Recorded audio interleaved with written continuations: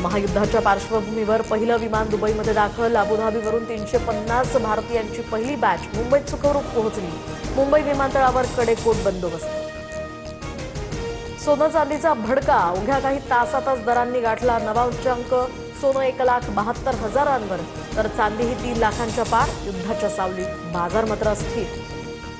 नागपूरच्या एसबीएल कंपनीतील स्फोटात 19 जणांचा मृत्यू. मुख्यमंत्री फडणवीसांकडून जखमींची विचारपूस. दोषी अधिकाऱ्यांवर गुन्हे दाखल. कठोर कारवाई होणार असल्याचं मुख्यमंत्र्यांचं आश्वासन. अजितदादांच्या विमान अपघातावरून डीजीसीएच्या दाव्यावर ग्रामस्थांचा आक्षेप. घटनास्थळी झुडपं, मग विमान झाडाला कसं धडकलं? नागरिकांकडून शंका उपस्थित. डीजीसीएचा अहवाल संशयाच्या भोवऱ्यात.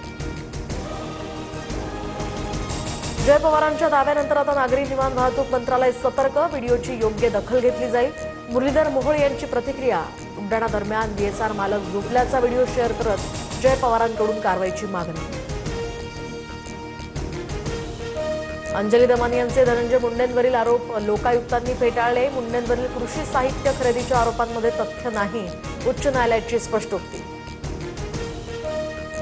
गॅझेटचा जीआर निघाल्यावर शेतकऱ्यांचा मुद्दा हातात घेणार. शेतकऱ्यांचा मुद्दा हातात घेतला की तुकडाच पाडतो. आरक्षणासह शेतकऱ्यांच्या प्रश्नावरून जरांगे आक्रमक. पालघरच्या तारापूर एमआयडीसीमध्ये वायुगळती. रासायनिक वायुगळतीमुळे कामगारांना श्वसनाचे त्रास. नागरिकांमध्ये स्थानिकांमध्येही घबराट. नंदुरबारमध्ये भीषण पाणी टंचाई. तळोद्याच्या हातबारी पाड्यामध्ये भीषण स्थिती. हंडाभर पाण्यासाठी महिलांसह चिमुकल्यांची वणवण. प्रशासनाकडे आता दखल घेण्याची मागणी.